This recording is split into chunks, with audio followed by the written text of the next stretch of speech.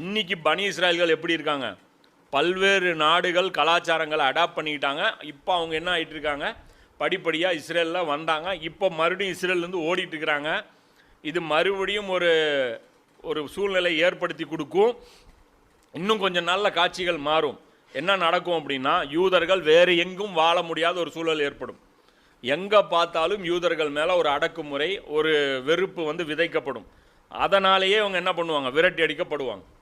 விரட்டி அடிக்கப்படும் போது அப்போ இஸ்ரேல் ரெட் கார்பெட் விரிச்சுட்டு உட்காந்துட்டு இருக்கும். வெல்கம் டு கிரேவ் யார்டு, வாங்க ஈசா நபி உங்களுக்காக தயாராக இங்கே வரப்போகிறாரு, வாங்க அப்படின்னு சொல்லிட்டு இவங்க பாட்டுக்கு கூப்பிட போகிறாங்க.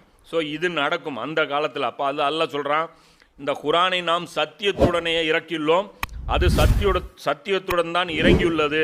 மேலும் நபியை நாம் உம்மை ஏற்றுக்கொண்டவர்களுக்கு நற்செய்தி அறிவிப்பதற்கும் எச்சரிக்கை செய்வதற்குமே அன்றி வேறு எதற்காகவும் அனுப்பவில்லை அப்படின்னு அல்லாஹ்